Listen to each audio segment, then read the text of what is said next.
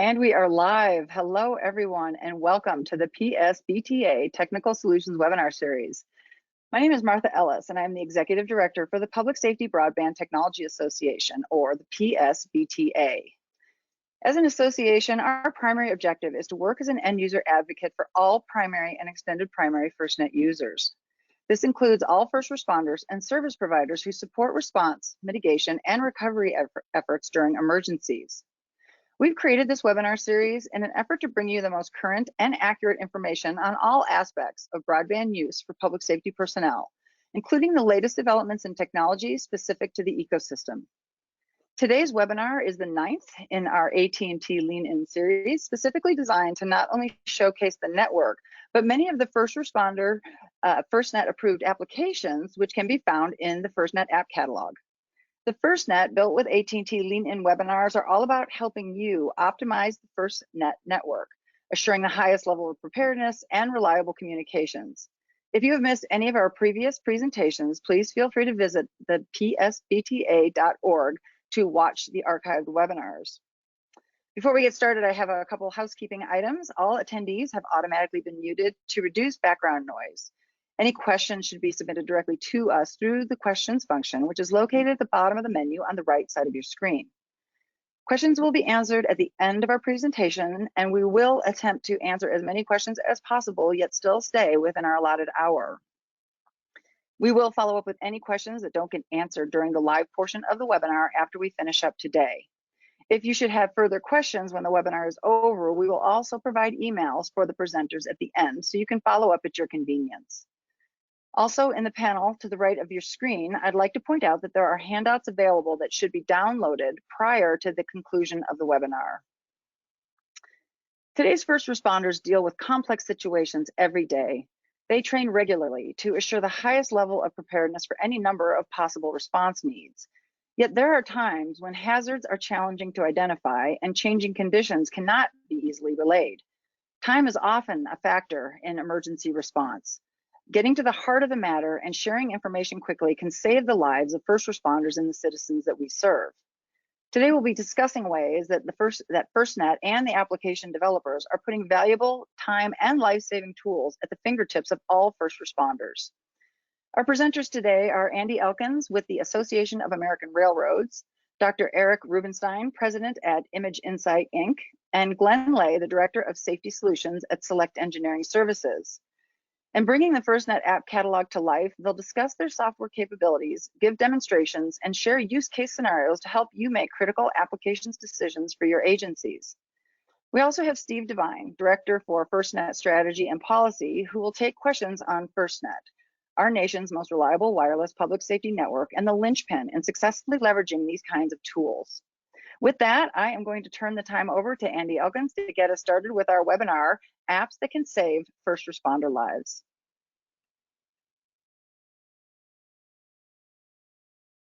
Martha, thank you for having me today. I certainly appreciate that. We're excited to have the opportunity to demonstrate AskRail to you. Should be up and running now on the screen.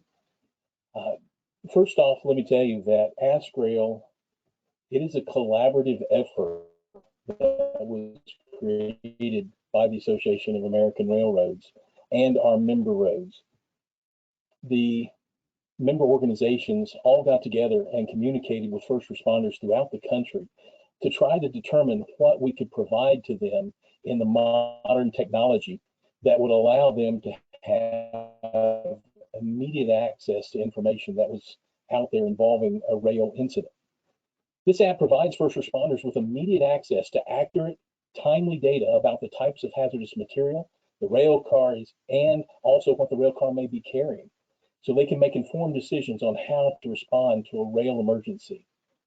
Railroad emergency contacts are also included in this, as well as the emergency response guide pages. And a lot of this information is not only available when you're within data link capabilities, but it's also available as standalone. So if you were in an area where you could not access internet or other data capabilities, you'd be able to use the AskRail mobile app. So one of the big questions is, why should I use AskRail? Well, upon arrival to an emergency involving railroads, one of the first things you should do is try to obtain the consist. The consist of the train is exactly that. It is the paperwork that will detail the train, the cars that are in the train, and the commodities, particularly the hazardous commodities that might be involved in a railroad-related incident. Now, if that consist is not available, the emergency responder would open the AskRail mobile app and simply query the car ID. Now, on the side of every rail car, all four sides, and quite often on the top and sometimes on the bottom, should they be inverted off the tracks, you'll find the ID numbers of that car. It's usually has 3 to 4 alphabetical numbers along with a series of numbers behind it. You simply enter that information into the AskRail app, and then what it'll do is it'll bring up that particular car that you just queried. And in most cases, if you have the access to it, you'll be able to get the entire consist of the train. It's particularly critical when you're dealing with products that may not play well together. You've got a flammable car, and then fairly close to it, you may have an oxidizer or some other chemical that would cause an adverse reaction. It's critical that we provide that information to our first responders so they can make the proper assessments before moving into harm's way. The closer you get, we want you to be able to sit back, take your binoculars, look at the rail cars, make some competent determinations based on the information that's provided to you to make sure that when you respond in, the closer you get, that you're going to be safe during that entire response. AskRail Consist is available from all the Class 1 railroads. The Class 1 railroads and also some of the short line railroads make this information available to you. Now, the Class 1 railroads are predominantly the ones that you see most often, the BNSF, the UP, CSX, CNCP, KCS. Those railroads are predominantly the large railroads, but then they interchange with the short lines that pick this up and they move them into your neighborhoods. So a lot of that data is available through the AskRail app. Now, the first thing we always ask is, well, I've heard about this before, but how do I get that access? AskRail is available to download from free iOS App Store, the Google Play Store, and as a Windows desktop application. For more information, if you'll visit us at the http askrail.us, there's all the information that you need to know how to download that application. Now, this is a security restricted application. This application predominantly has information that is in real time about rail cars moving all across North America. So it's very important that we make sure that we don't open this access up to potentially nefarious actors. So to obtain this authorization, you have to be a first responder or within that first responder class of individuals, people who would be responding into that scene to support the response to a rail-related incident. You have to be sponsored by a Class 1 railroad. So when you download the app, a screen will pop up and it's going to ask you to select the primary Class 1 railroad that works in your area. If you live down south, it may be CSX, it might be Norfolk Southern. Depending on where you are, become familiar with your primary Class 1 and you simply collect that. It's also going to ask you for your agency's information. It's going to want to know basically who you are, and it's wanting to identify your supervisor. What this does is allows the railroads to then vet you to make sure that you meet the criteria to obtain this particular access. Now, we're going to try to do something today. We're actually going to go live into the system. What I'm going to hope to show you is that the rail car consist lookup, top 125 hazardous materials that are transported. We'll try to show you some of the ERG data, hazardous materials, isolation zones, and some other information contained in the app. So let's take a quick look at what you'll see. When you first bring up the app on your phone or on your desktop, this is the information you're going to see. It's very simple. It's got a tank car, and this is what we call the reporting mark. That reporting mark, again, will be located somewhere on the sides, all four sides around, either on the ends or sides, and quite often on the tops and sometimes even on the bottom of the car. We tried to make this very first responder friendly. We know that you're under stress. We know that you're in a situation where you don't want to have to think a lot about what do I need to do to make this work. So it's quite simple. You just take out your binoculars, you capture that information off that reporting mark, and you type it into the screen here. So we're going to pick one that I've already selected. It's UTPX 932079. Simply hit enter in the app, and wow, amazingly enough, through the technology provided through this app, we can now see a great deal of information about this particular rail car.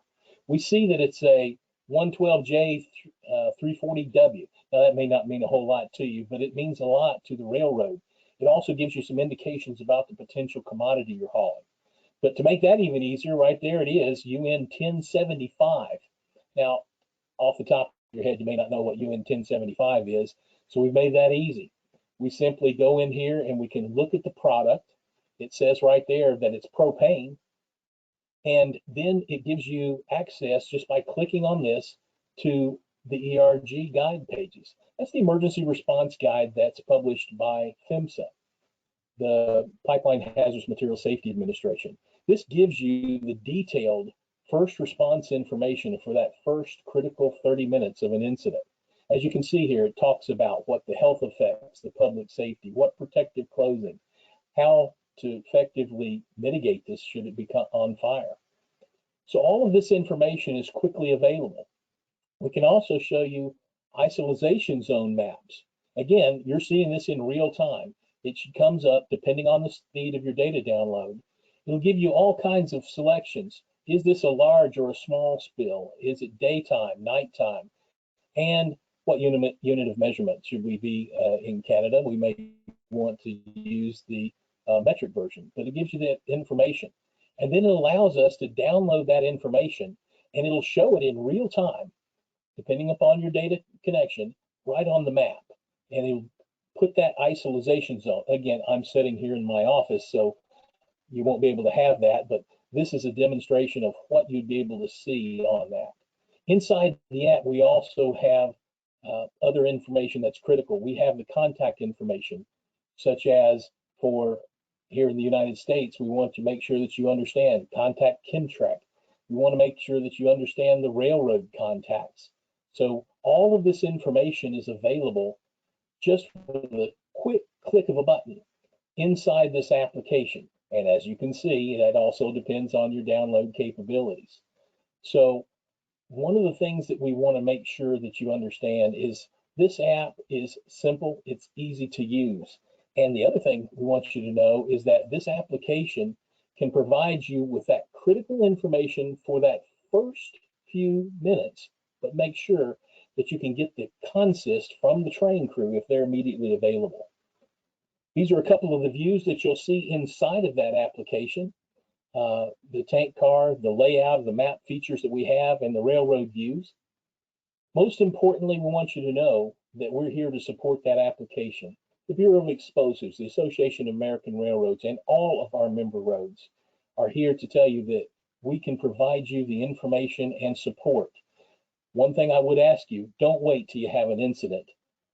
Reach out to us, get the training that's offered by the railroads through our rail communities. Get that information now before you need it. I appreciate you giving me the time. And what I'd like to do now is tell you that we'll be available at the end of the session to answer a few questions. And if I can figure out how to do it right, we'll pass it off to Dr. Eric Rubenstein. Thank you, Andy. I'm Eric Rubenstein, and I'm president of Image Insight. I'm also a commander in the United States Navy Reserve, and I'd like to thank you for being here with us this afternoon to learn about GammaPix, an app that can save lives in the event of radiological emergencies. Before I speak, I'd just like to take a moment for us all to think about our family, friends, and colleagues on the Gulf Coast dealing with an overwhelming and vast challenge as we speak. Our mission at Image Insight is to ensure that first responders have tools to successfully manage a different type of overwhelming and potentially vast disaster, RADNUC events. Before I speak about that, I'd just like to show you a short video. Martha, could you please roll it?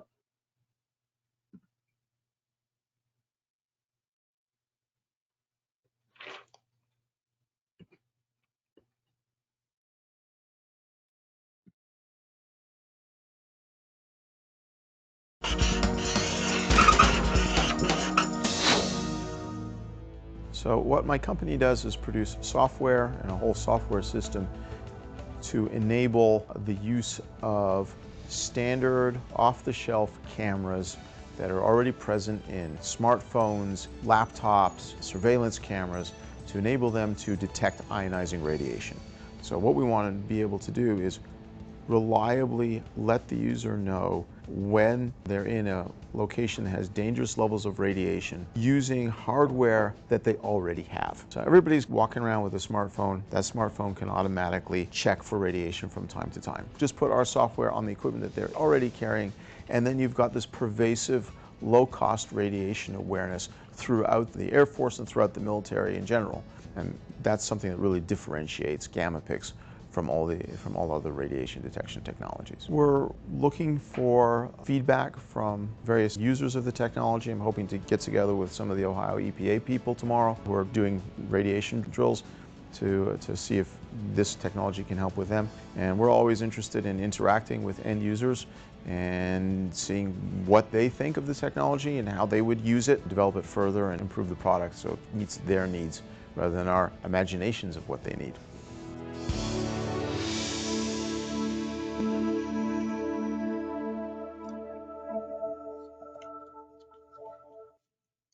Thank you. As Gordon said,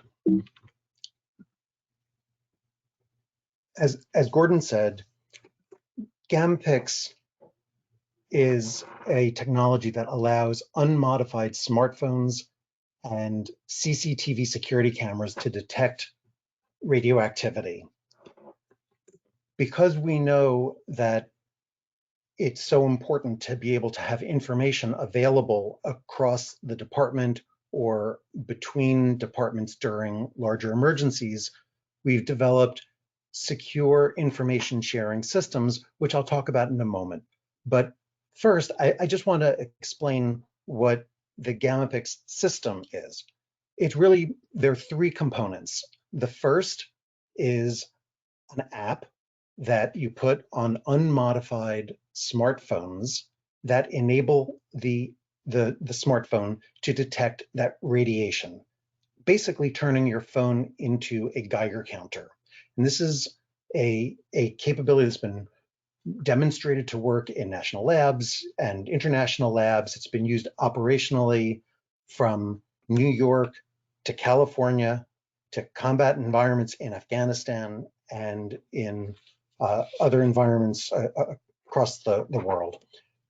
The second tier, the second part of the product is the GammaPix training simulator, which enables live virtual scenario-based training so that our first responders and headquarters staff can train in an integrated environment against nuclear radiological threats.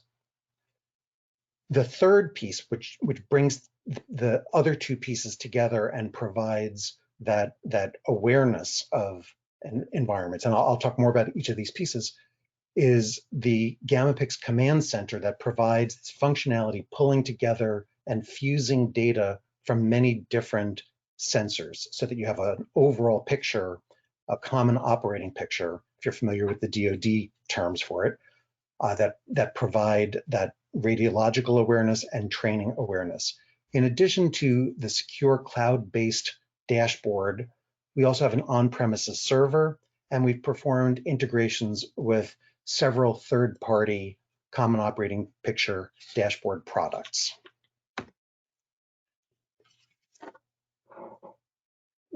In the event that there's a radiological event, it's critical to have information the discovery phase and the characterization phase happen as quickly as possible to save lives and inform other decisions.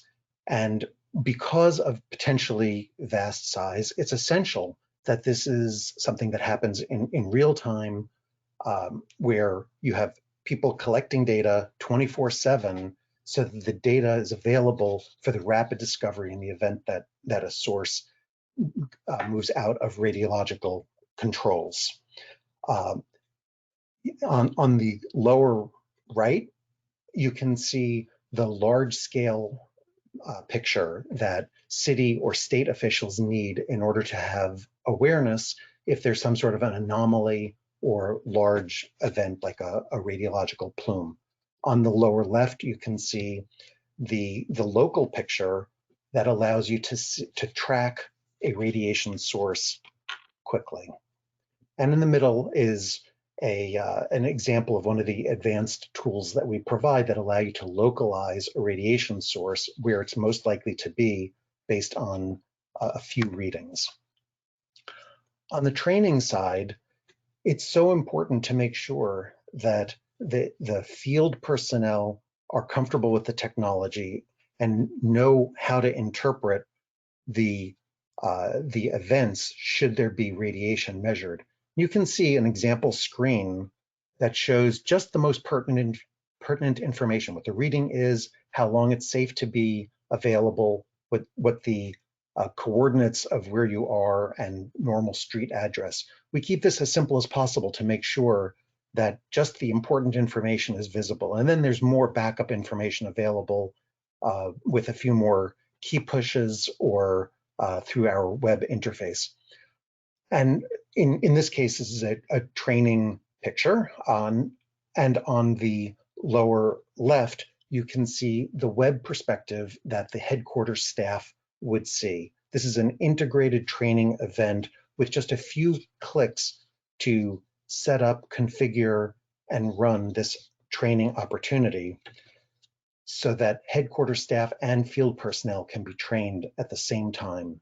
And what's critical about this is that because we're using virtual reality radiation sources, in other words, not real radiation, it's possible to do this in your normal operating environment mixed in with the public. And that's a unique capability.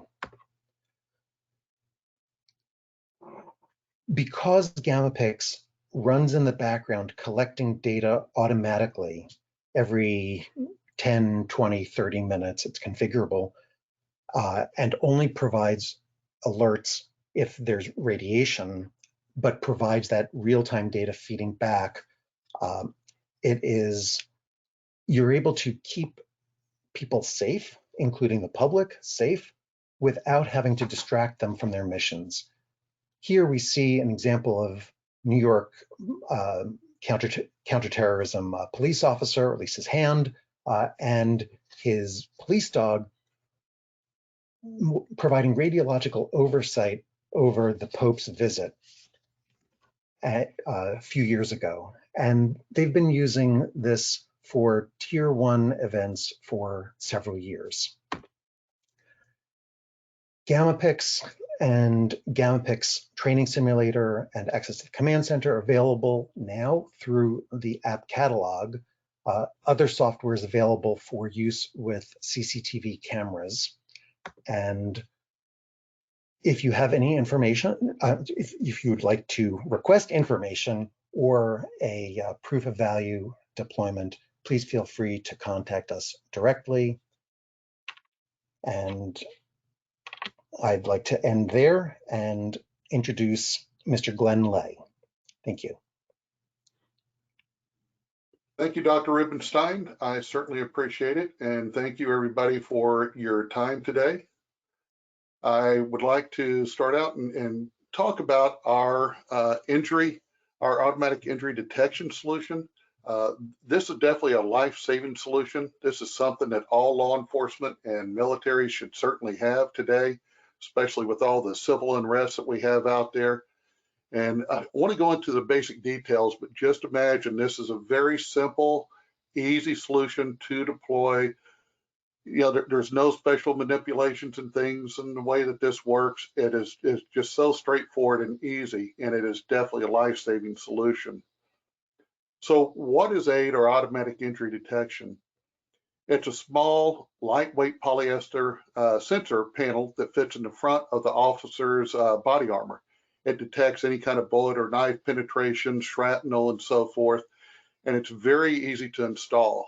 There's many different sizes. We have 11 different sizes, so it's not a one size fits all. So we do measurements for each and every officer, so we make sure that we get the right panel.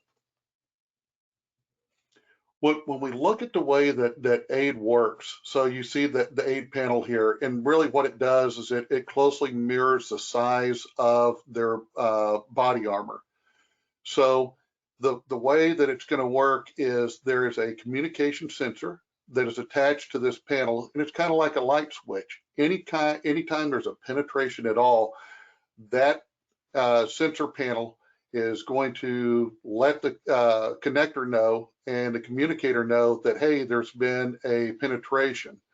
That penetration is going to be sent out through a Bluetooth communicator to a cell phone or to a radio. Could be Kenwood, could be Motorola radio, or it could be both. And there's an app that goes onto the cell phone. And from there, that application will take over, and it will run all the information automatically that will give everybody notification that somebody has been shot, stabbed, IED, whatever the case may be. If we look over here on the right, you'll see some of the basic information that we put into the app. We can show a headshot, we can give blood type, we can say it's upper, lower, chest, whatever it may be. And one of the most important parts is it also gives you a link to Google Maps that gives you the information to know exactly where the officer is. Now remember, there's no interaction with any type of back end group. There's no dispatcher involved with this. This is all automatic. All of this information goes out to everybody that's on the emergency contact list. So when you think about it, you could have 100, you could have 200 people that are on your emergency contact list. You could have your entire squad, the entire police office on there. And they would all be notified within 3 to 5 seconds that, there has been an incident, there's been, something that's caused that penetration of the vest. The great thing about this is that you have time on your hands to, try to run, try to hide, try to get away from the person that shot you if you can still move, if you're not incapacitated, and take care of yourself without having to try to communicate on a radio where you are, what you're doing, and so forth. You can focus on protecting yourself. So now the officer can do what he needs to do, which is, protect himself and make sure he protects the scene. So when we look at this, we think about, well, it's just in a small area. It's just the body armor area. 97% of all shootings occur in that body armor area. So, so even though there's areas outside of that, if you consider the percentages there, this fits into the majority. During a shooting, the officer's going to, reach for his gun. He's not going to look for his radio. He's not going to talk on his cell phone. It's not like you see on TV with LL Cool J really calm while he's got bullets whizzing by his head, saying, hey, here's where I'm at, or here's what's going on. It doesn't work that way in real life. So the officer does not have to communicate with anybody during this time.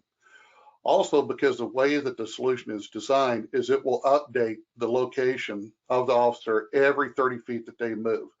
So if I'm an officer and I'm running somewhere, you don't want to come to the scene and find out that I was there 2 minutes ago, but you don't know where I'm at.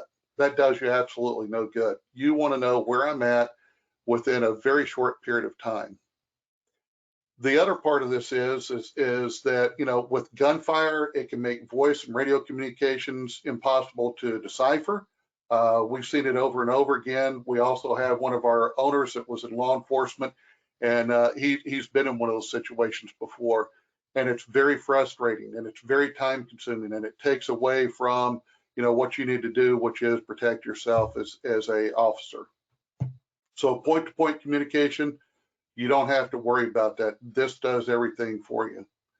So time is an enemy. So in the likelihood that you're shot, if you're an officer and you're shot and you're down and you're incapacitated, you need to get help there as fast as you possibly can before, you know, the perpetrator comes up and tries to shoot you again or tries to kill you. Obviously, you want that help, and that help could be right around the corner. But if you're incapacitated, nobody knows. You're not hitting a hot button to say, "Hey, officer down." You're not talking on a radio to tell them anything that's going on. This is the only way to do it in an automatic and fast response time. So with our solution, it's very simple and easy. There's no user input that is involved with this. Once the device is set up, which is within typically about 5 minutes or less, you're going to be set up for good. You don't have to do anything to the aid panel, but maybe charge it once a year. And, that really helps out. That just gives them one less piece of equipment that they have to charge on a daily basis. So the injury detection, because you're going to have 4 zones, because you're going to have a panel in the front and a panel in the back, it's going to have the upper and the lower, the front and the back. So if the guy is shot in the upper area and then he's shot in the lower, it's going to report both of those for you. So again, this just kind of tells you a few of the features. No dispatcher required, no error, no delay, gives you everything that you need. If the officer has an Android device, it can actually make a phone call, an automatic phone call, and it can open up the mic where you have two-way communication. So if you need to listen in, or if the officer is running and he wants to be able to talk hands-free and he has it on his vest or something, they can use that as well. So that's definitely a great option. It's hack resistant. One of the key things about this is there's no way for anybody to hack into it because it's one-way communication. It only goes out. It lets everybody knows what's going out, but it does not let anything come back in. Waterproof and rugged. So you don't have to worry about it giving out. One of the key things I would tell you is that if you're in a fight and you're being hit, it's not going to set it off. It's going to do its job. It's just going to sit there and wait until there's an actual penetration. For our fire base and oversight, one of the key features of that is that it gives you the ability to set up everybody in the department without having to, manipulate each and every phone every time that you want to make changes and so forth. And it gives you the ability to see different things like, what's the battery life? If the battery life is getting, low, tell the officer to charge it. So there's multiple functions that this Firebase oversight will give you. It's definitely an option, but it's something that we think is, definitely very important, especially for larger departments. And Martha, if you would roll the video for me, I would appreciate it.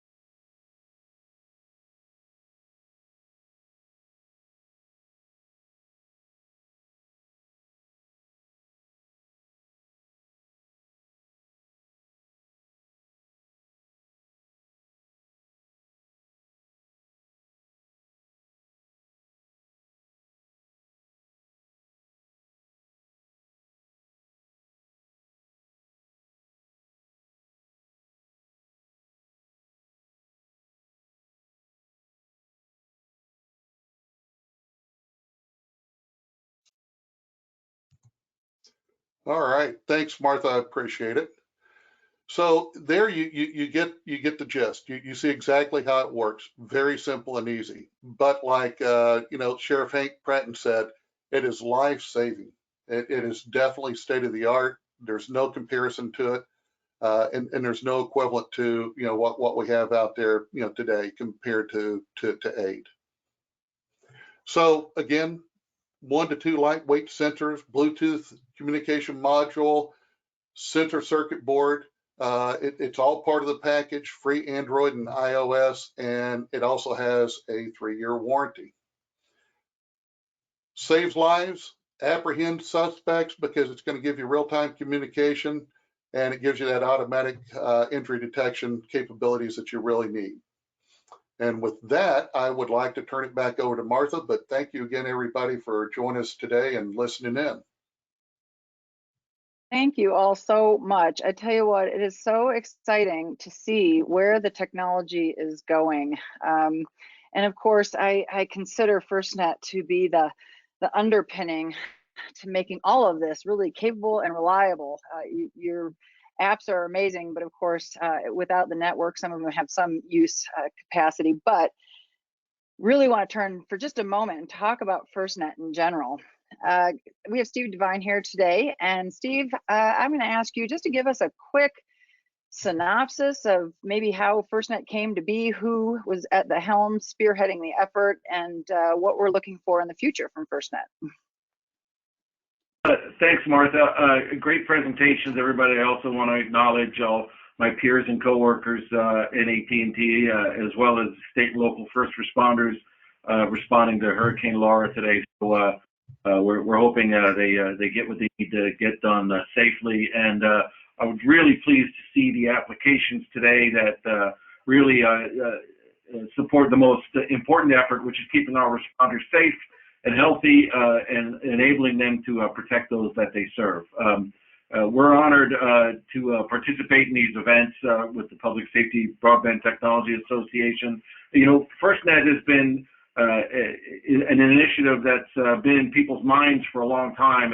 It's only been up and running the last 3.5 years or so, but in response to Katrina and 9/11, a number of solutions came about indicating that a single nationwide public safety broadband network would really be in public safety's interest and could introduce new capabilities and feature sets and technologies that they probably wouldn't be able to achieve on their own.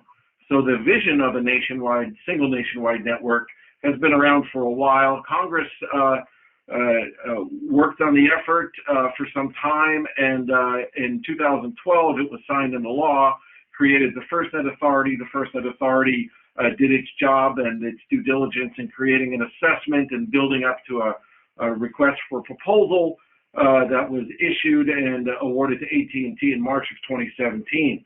Our charge is to build a single nationwide network that first responders can count on, that they can support new technologies and new capabilities to leverage global device and application ecosystems, and to really kind of give the feature sets, many and applications, many of which we saw today on these presentations.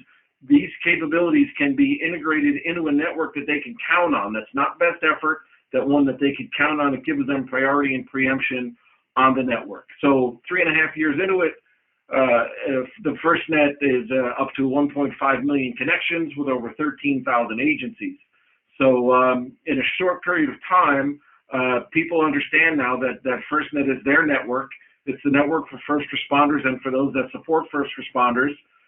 We've got a number of resources available. Of what's being deployed today are generators and deployable sat colts and resources in light of the storm and the power outages that come with it and the wind events.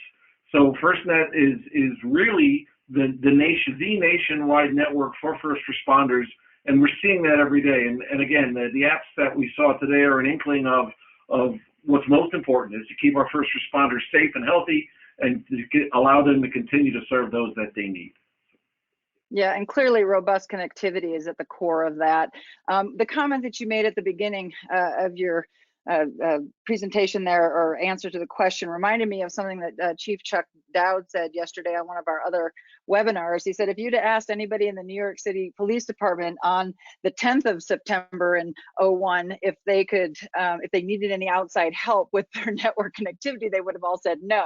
If you asked that same group that same question on the 12th, of course, of September, they would clearly be saying yes. So it's really born of a clear and present need nationwide to have that continuity available to all first responders. So thank you very much for that. I'm going to move on to Andy. And Andy, I've got to tell you, the AskRail app is something that I'm actually familiar with because I used to be the LEPC chair here in Salt Lake City.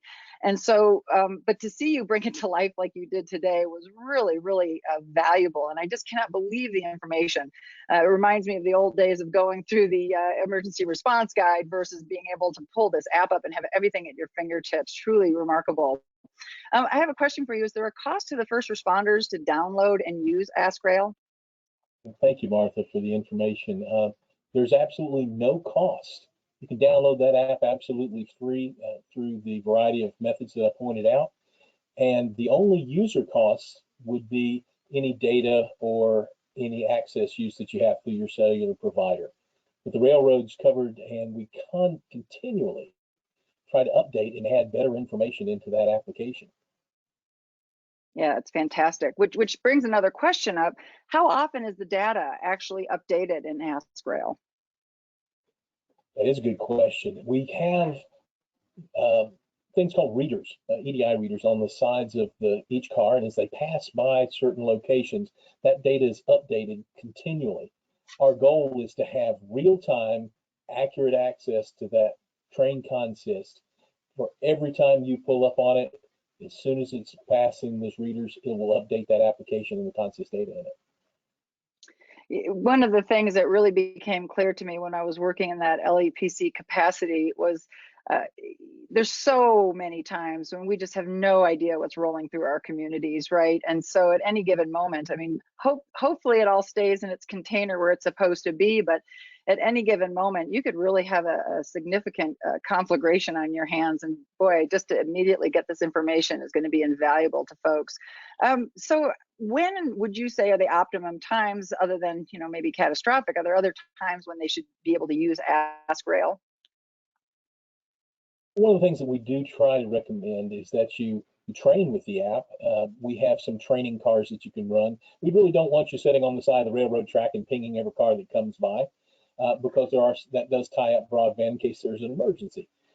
But if you have an incident and you need that information, that app's wide open for you to use. Multiple first responders, and one of the things that we do is we do track every time somebody pings that data.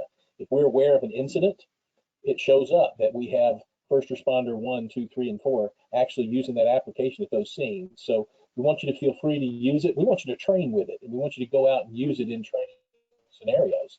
And we'll provide you with some car information that's outside of the actual lookup for your training. And that's such a fantastic point, right? The last time you want to actually be opening that app up and messing with it is when it's in the middle of the throes of an emergency. So clearly practice and training is going to be a very integral part of the successful use of that application, as it is with any tool we've got in our toolbox. So thank you. I truly do appreciate that. Okay, I'm going to go on to you, Dr. Rubenstein. Let's talk a little bit about Gamma Pix. So other than the phone and the Gamma Pix app, is there anything else needed to detect radiation? So the detection itself is handled just by the phone and the software. There's nothing else that you need. There's no other hardware. It's just the phone and the software. One thing that I should mention is the speed with which you can find out whether there's a safe condition or a hazardous condition. In under a minute, typically more like 30 seconds with a typical phone, you're going to know whether you're in a high or a low radiation environment. So the universal standard is about 2 MR per hour, those of you who are familiar, and that's something that can be measured really in this period of under a minute to help keep people safe. Wow, that really is remarkable, considering that there's clearly a lot of elements of radiation that make it so clandestine and out of sight, and you don't realize you're being damaged until it's usually too late. So fantastic technology. So let's just talk a little bit about the unlikely event that you have a disruption in your network connection. How does the application function in that capacity? So it's critical that there be that continuity of protection, even if the network is fine, but you're in an environment, maybe twisted steel or underground, you may just not have access to that network. And so GammaPix Pro works just fine. It will provide that data. What it can't do, of course, is take advantage of that network and push the data back to headquarters and central server, but it does provide that point of need protection. I'm kind of curious when you say that, when you restore your network connectivity, would it send a delayed, or is that, how does that work? Yes, that's right. As soon as you get connection back, it will then push the data that it's been collecting while it was comms denied, and you'll get that sensor fusion once that's restored. Oh, that's fantastic. Great. So do the departments or the individuals actually buy GammaPix? So we have consumer software that is available for individual purchase, but because of the very significant security and sensitivity considerations when you start pooling department data, only the department will typically purchase GammaPix Pro, and then only the department, the designated department personnel will have access to that pooled data, and everything is encrypted to ensure protection from that perspective as well. Great, fantastic. So I am going to move on to Glen. Thank you, Dr. Rubenstein, very much. It's just incredible. I get so excited, even though I'm not in the first responder realm anymore. I'm very excited for my peers who are still out there, because we are in such an incredible era of innovation and reliable innovation now that we can plug into FirstNet. So it's super exciting to see what you all have brought today to present. So Glen, let's talk a little bit about this body protection piercing detection. Really, really interesting. No, I loved your presentation, because, and by the way, major props for the LL Cool J reference. That was awesome. But you're right. So many people think that it really does play out the way that it does on TV. And of course it doesn't. When it's hitting the fan, there's a limited bandwidth that any human being is going to have, and of course their self-preservation is going to be paramount. So let's talk a little bit again about this technology. Once it's on your body and you're out in the field, how long can someone anticipate that battery is going to last? Oh, you're muted, Glen. There you go. You gotta.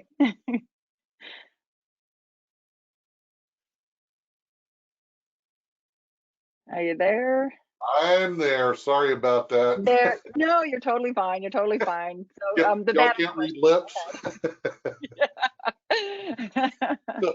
So typically the battery lasts a year, and then of course it has a USB port so you can charge it again. Average battery life is going to be about 5 years, which is typically your body armor life as well. No, that's nice that it's consistent. Absolutely. Great. And then the cost, is there a monthly fee for the service? How does the cost actually work in this? No, there's no monthly fee, which is one of the great things about it is you know, there's so many solutions out there that have monthly fees that you know, kind of, you know, eat things up, if you will, that eats up the budget. So the way ours is structured typically is it's a one-time cost, and it's tiered based on volume, of course. And we do have a financing program, so if they want to do something like that, they can do it and pay on a monthly basis. But everybody so far is you know, just purchased outright. All right. And this question, and I'm going to ask you to, if you mentioned this in your presentation, forgive me, but the question is Firebase required to utilize this? So can you talk a little bit about what Firebase is and whether or not it's required to utilize this technology? Yeah, so Firebase is a administrative portal, if you will. So you don't have the individuals that have to touch their phones on a regular basis. You don't have to have everybody's phone to be in the office. Once the app is set up on the phone, then the administrator has complete control over that, so that they can load the whatever they want to in there, the contacts that they want in there. One of the critical things is that you see a lot of times the squads change, and so you have different people in different squads. Well, if they want everything defined by squad, then what happens is the administrator can go in and they can change who gets those emergency connections. So that's just part of it, but it gives you the ability to streamline the way that everything is set up, the way that it works, and complete control, so that you can see everybody's panel. You can tell, is the battery running low? If it is running low, tell the officer, hey, charge it up, so that it doesn't run out. So very simple. No, that's fantastic. You know what? We have a little bit of time, so I'm going to go through the panel one more time and see if you have some closing comments. Steve, I'm going to start with you. Any closing comments as far as the role that FirstNet plays on keeping all of these incredible applications connected? Yeah, thanks, Martha. Thanks to all the presenters.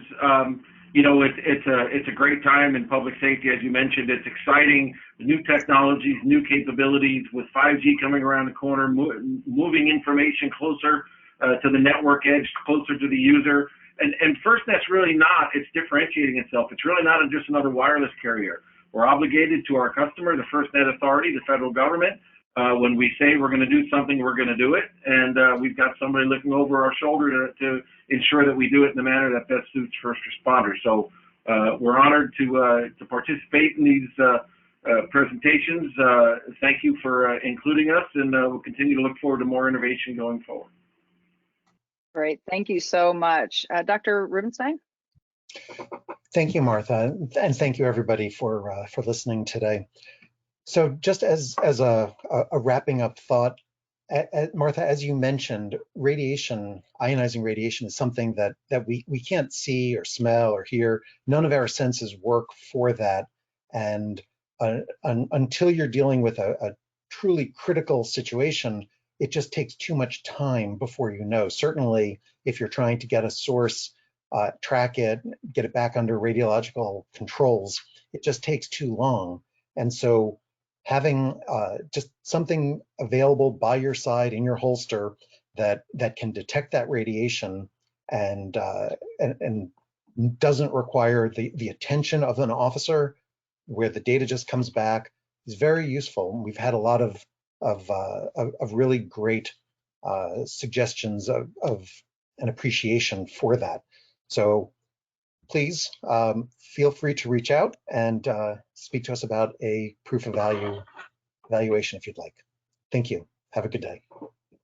And one other thing I'd like to say actually about the technology presented today is look at the comparison in cost between an actual device that's been built specifically for that type of detection versus what folks are able to do with their own smartphone at this point. I mean, it's truly remarkable. So again, thank you for the time and the effort to you and the team behind that development.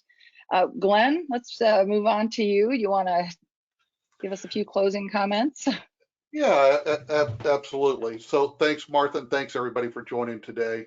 One thing I would tell you, you can't put a price on life. And, I have family in law enforcement, so it's very near and dear to me.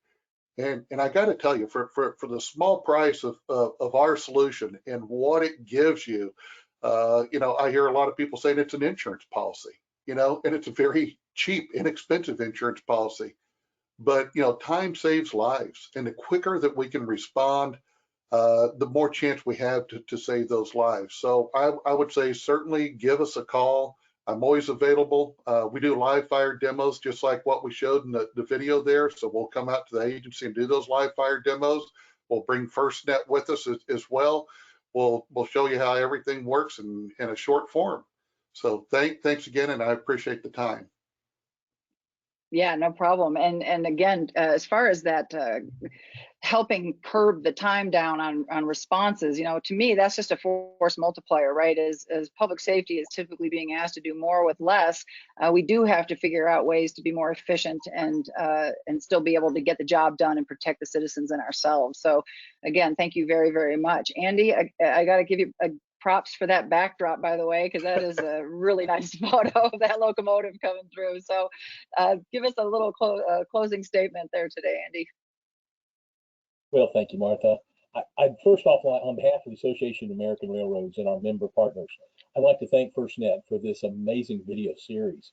It's great to be able to see the technology that's out there. I was a police officer for 27 years in Glen. I've never seen anything like that. Wish I'd have had it back in the day. The one thing I do want to stress as we wrap up, the time to get these applications is before you need them.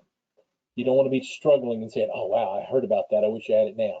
I encourage you, download the AskRail app today. Make your application. It's going to take a little while to get through the vetting process and train with it. You always should be working towards your safety and the safety of the other team members responding into these critical incidents. So take the time today, download those applications and share it. It's absolutely free. You can't beat that. Great. Thank you all so much. I truly appreciate everything that you gentlemen brought to the webinar today. We truly hope that everyone who was watching enjoyed the webinar and felt like it was time well spent. We deeply appreciate your participation. Again, we are the Public Safety Broadband Technology Association, and we want to be your advocate for all aspects of FirstNet utilization. By simply being here today, you help us support the effort to continually bring you cutting-edge information on FirstNet, the nation's only fully designated mission-critical first responders network, and all aspects of the ecosystem is being purpose-built to your advantage. Please visit us at our webpage at thepsbta.org for more information on the association, our upcoming webinars, and all of the recordings of our previous webinars. In appreciation for your attendance today, you will receive a free membership to our association. You will be receiving a discount code and a follow-up email, which you can use during checkout when you register. Please let your friends know and your peers know that by attending one of our webinars, it includes this free membership. That's a $75 value as a gift from us while we're all trying to navigate our current situation dealing with COVID, among other things. Finally, consider visiting allthingsfirstnet.com as well. Their team continually compiles valuable information on FirstNet and the developing ecosystem. This concludes our webinars, apps that can save first responder lives. Please join us on September 10th for our webinar on protecting your public safety network from hackers. That will be very valuable. Thank you again for your time, and please be safe.